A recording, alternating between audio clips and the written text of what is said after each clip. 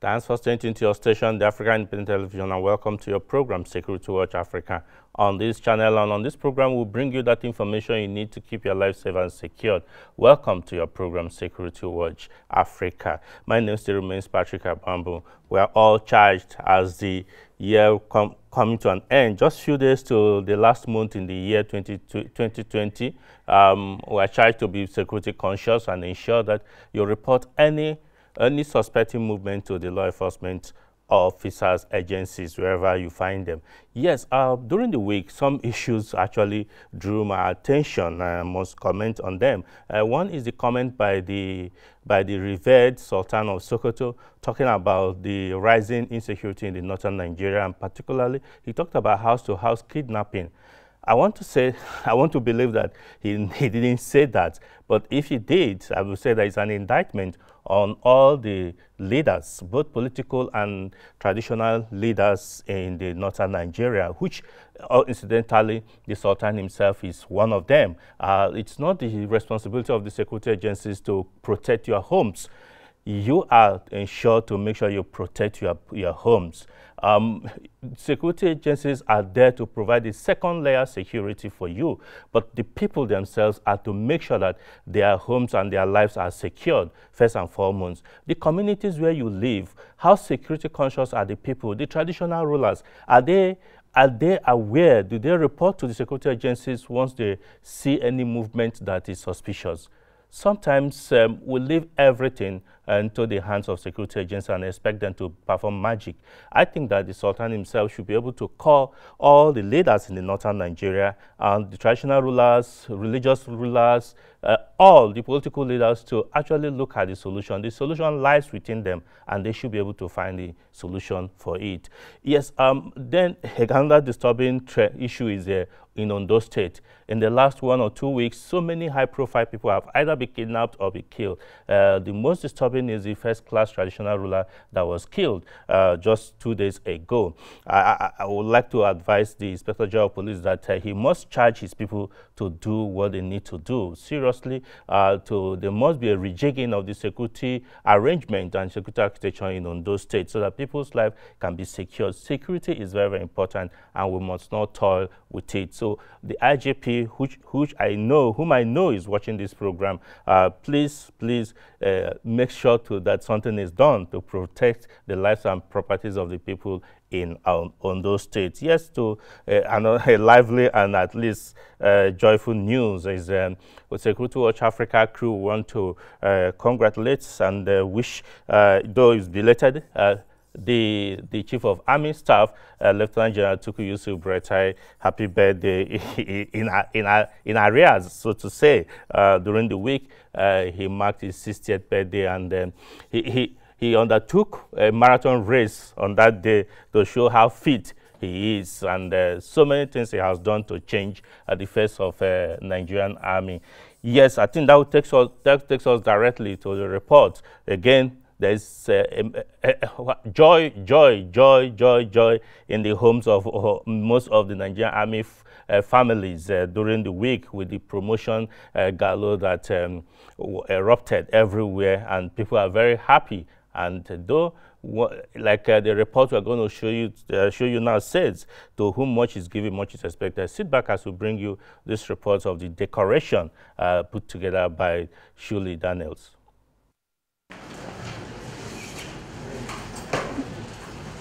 It was promotion galore as the Army Council approved and released the promotion of 39 Brigadier Generals to Major Generals and 97 Colonels to Brigadier Generals, among others.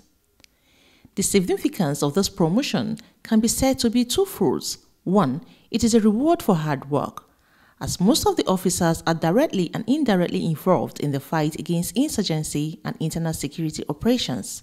Secondly, it coincided with the 60th birthday of the Chief of Army Staff.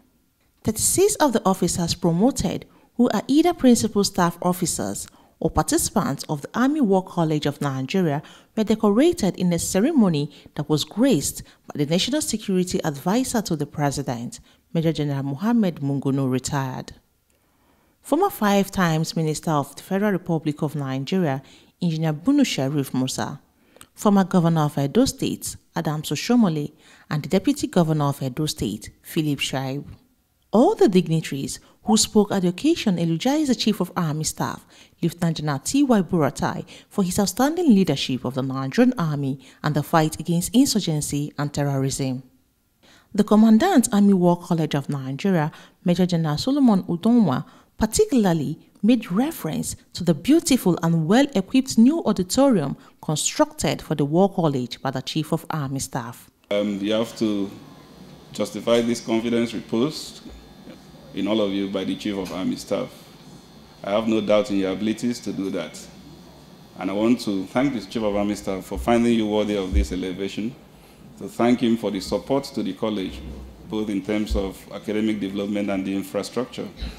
This building in particular was completed under 6 months. It was started in March, and by September it was ready for commissioning. We'll continue to justify this support by working hard, and I want to enlist the support of all of us, Nigerians, to join hands with the militaries, continue to support our troops. I want to say that being promoted is one thing, and living up to the expectations, justifying the promotion is another thing. But I have no doubt in my mind that the caliber of officers who've been promoted will not disappoint the Chief of Army Staff and the Nigerian Army. One of the 30 officers promoted from Lieutenant Colonel to Colonel and decorated is Colonel Ibrahim Sharif.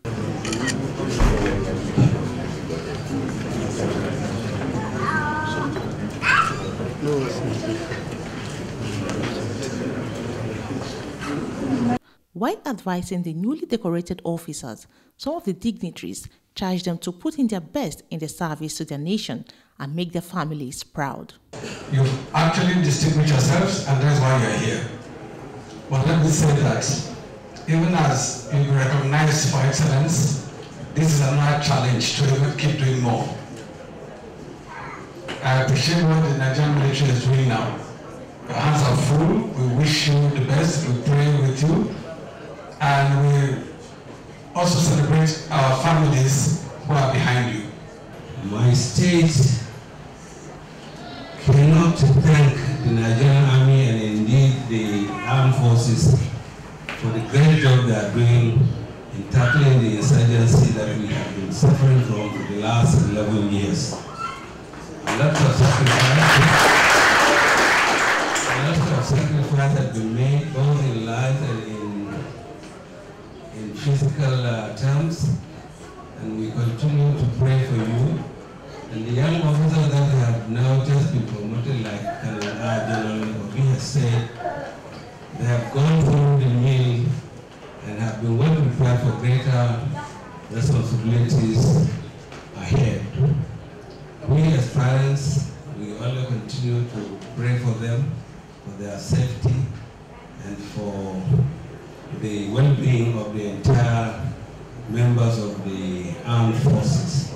At the end of the event, Security Watch Africa had an exclusive interview with Engineer Bunu Sharif on how he feels with his son's promotion and decoration as Colonel. Ibrahim has been a very good boy, very enduring, very hard-working boy, very reliable, and his superiors have all testified. So one feels happy. I feel happy that my son has been so accepted by people who are far away from us, and we continue to pray that God will bless him so that he will grow higher and higher and higher. To whom much is given, much is expected.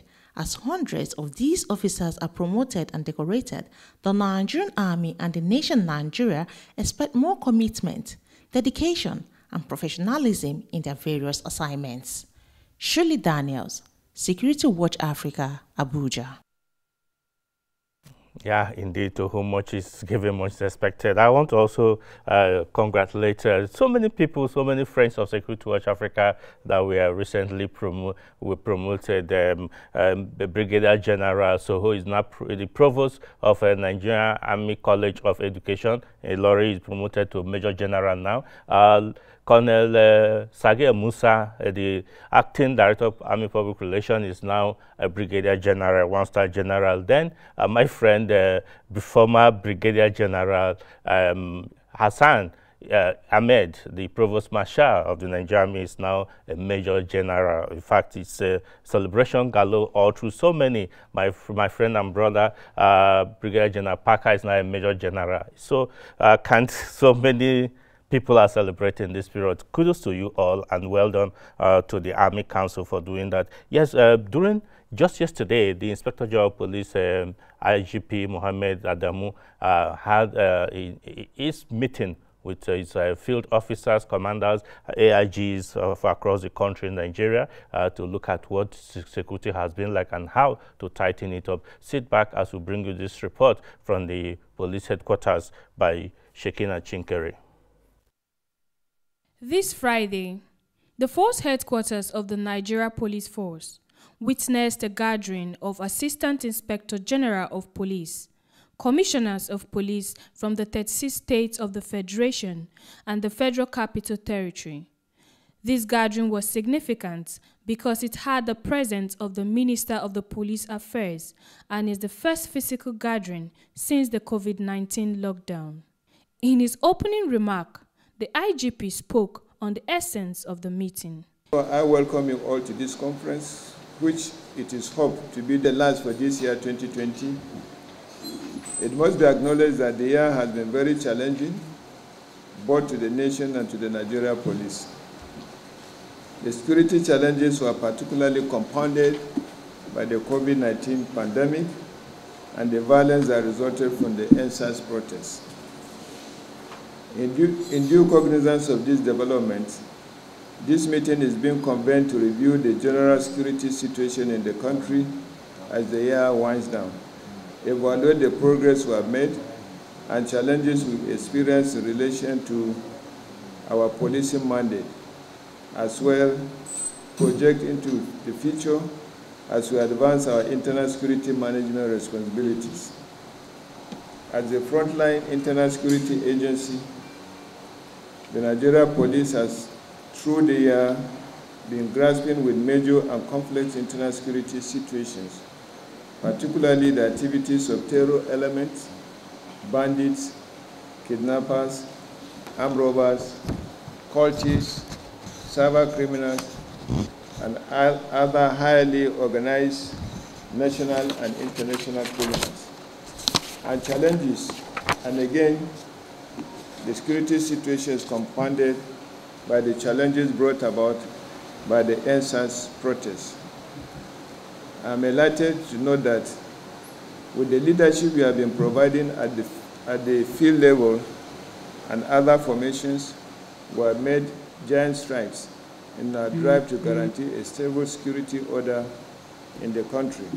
It is obvious that the year 2020 had been a challenging one for the whole world, Nigeria and its citizens, and the Nigeria Police Force.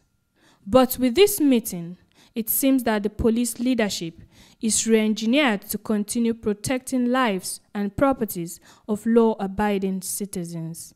Shekina Chinkere, Security Watch Africa, Abuja. Yeah, welcome back. Yes, last week we brought you the first part of our visit to Rivers State, where we had interaction with the Commissioner of Police, talking about CP Joseph Mukan. Today we'll be bringing you the part 2 of that report. Sit back as we bring you our report from Port Harcourt, Rivers State, by Security Watch Africa, Ernest Eninekun. Ensuring the maintenance of law and order in any society is policing, and indeed a call to service. Officers and men of the Nigerian Police Force are constitutionally charged to protect the lives and properties of Nigerians. While carrying out this assigned responsibility, they are expected to win the hearts of the citizenry. In some states in Nigeria, relationship between the police and citizens have not been cordial. But in Rivers State, the people are the backbone of all the successes recorded by the police command in the state under the leadership of CP Joseph Mukan. This was discovered by Security Watch Africa during its visit to the state recently. During an exclusive interview with CP Mukan, we sought to know what the Rivers State Police Command is doing differently that has endeared the Rivers people to the police. We've made a lot of difference here when it comes to the bad impression people are having about police when it comes to corruption. When I take over, I make it clear to them. I have zero tolerance for corruption. Those who are involved in extortion on the roads or extortion of members of the public before they do their duties, they are not going to have it easy as they used to. And we've succeeded in making some of them an example. Those who we arrested for corrupt practices, some have been tried and dismissed. So when we started doing that, it was a clear signal for everybody to sit up. We don't encourage it. If you do your work faithfully, there's always a reward for that. And such reward comes from God. And God's reward is better than any reward human being can give you. It can come in the form of blessings that you can never see when you want to get it the other way. So we encourage them to be sincere in what they are doing, and it's paying off. The evil called cultism, which has eaten deep into the fabrics of the society, many say is the mother of all crimes. Today, this evil has membership from all facets of the society, ranging from professionals to artisans, traders, even secondary and primary school students are proud to identify with one cult group or the other. The Commissioner of Police Rivers State says that the command under his leadership is all out to checkmate this evil trend of cultism and bring to book any court member caught, no matter how highly placed they are in society.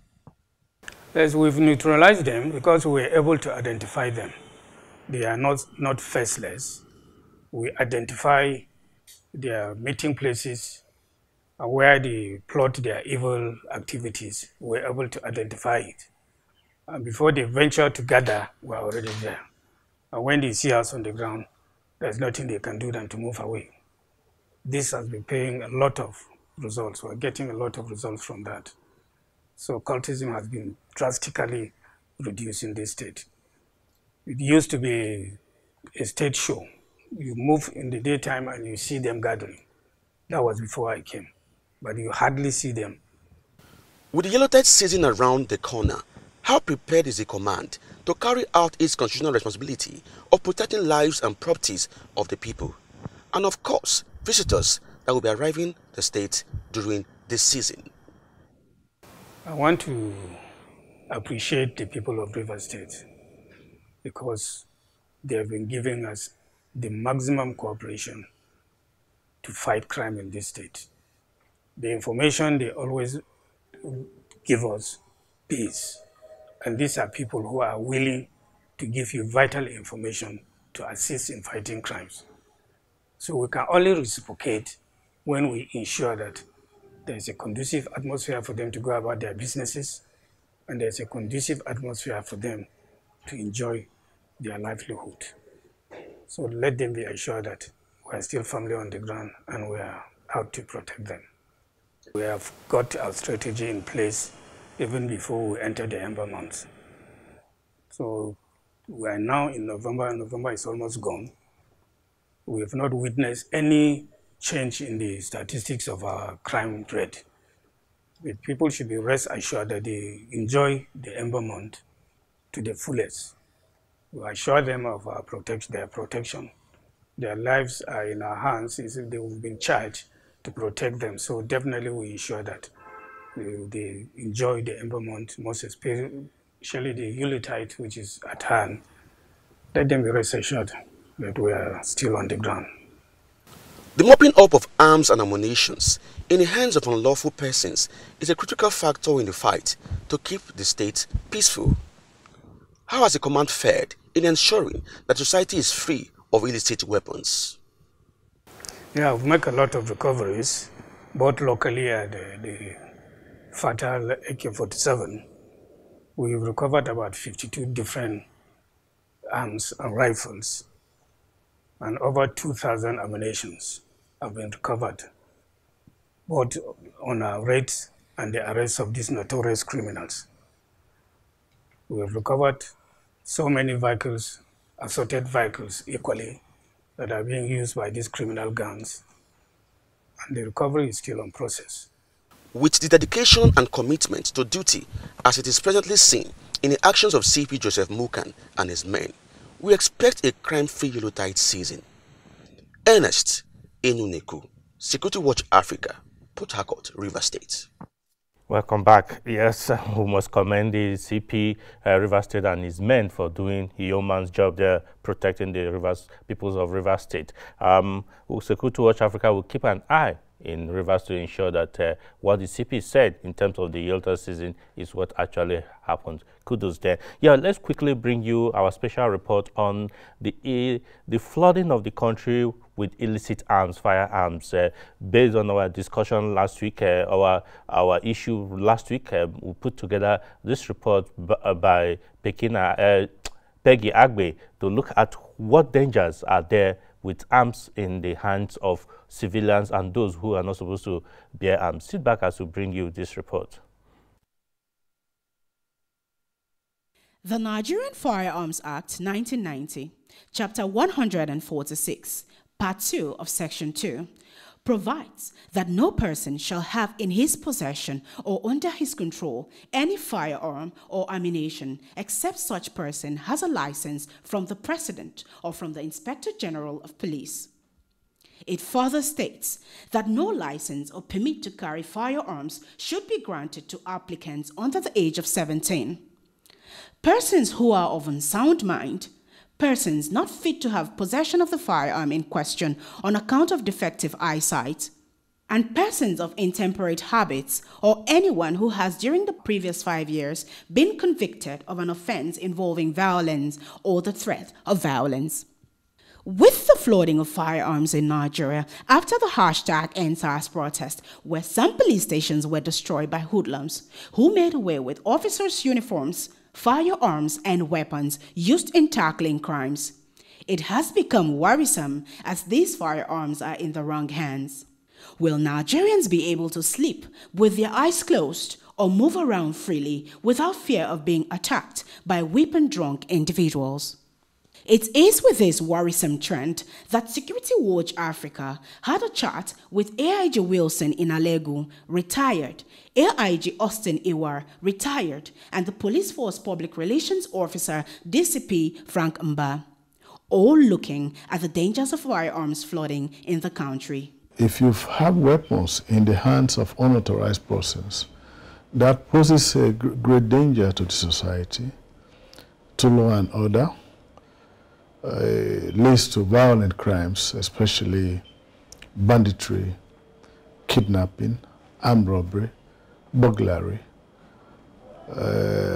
and also it causes a lot of fear and apprehension in the mind of the public when you find that these are no law enforcement individuals and they are carrying weapons all over the place. It poses a lot of danger and it emboldens those who have those weapons. The less weapons you have in the hands of unauthorized persons, the safer the society is. And when you have communal clash, some of these things are also caused by people who have weapons and are emboldened by those weapons that they have. So it is so critical that every effort be expended to ensure that those that don't have authority to bear weapons are prevented from having those weapons. And when they are caught, they are dealt with according to the tenets of the law.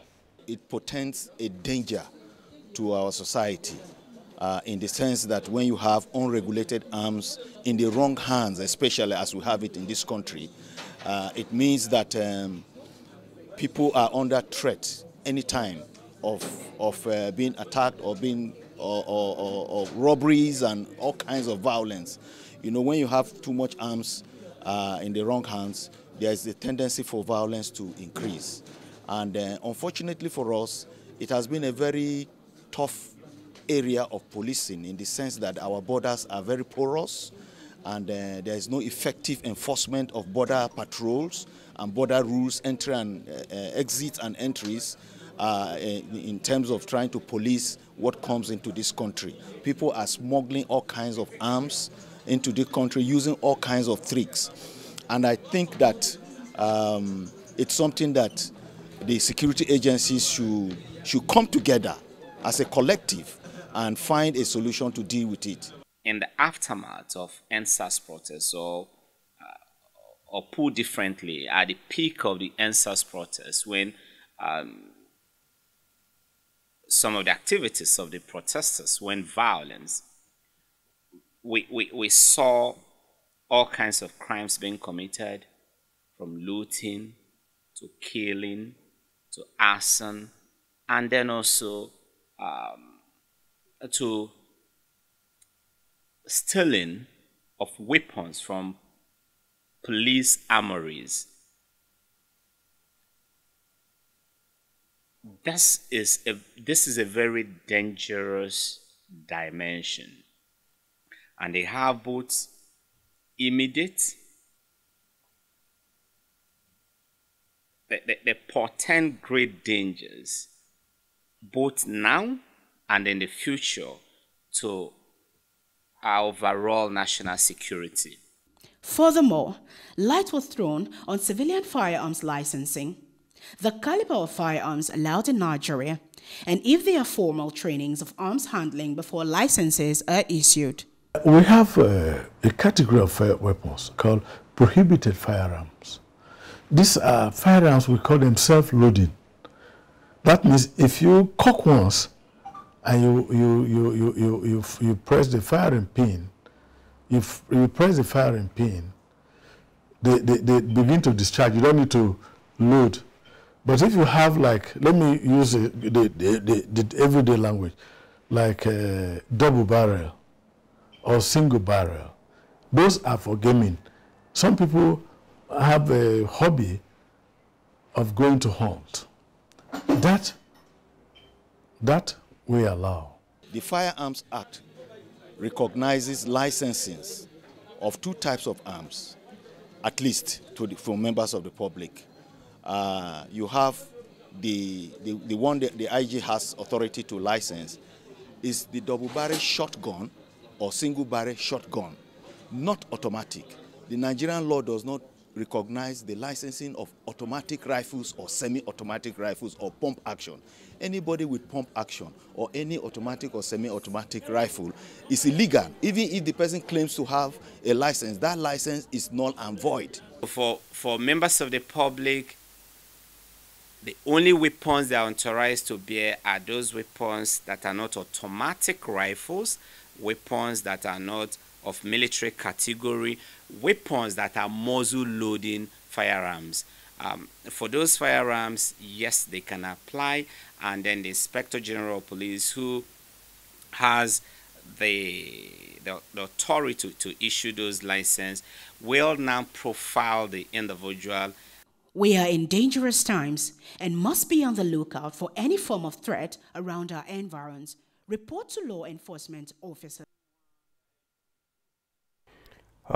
Indeed, just like the report says, we're in dangerous times, so we must all be at the lookout and report any suspicious movement. Sadly, we must leave other programs to continue. I want to congratulate our friend also, now Major General Aminu Bande and Major General Khalifa Ibrahim, both of us 8th Div and 7th Div of Nigerian Army. Until we come your way again next week, I say bye for now.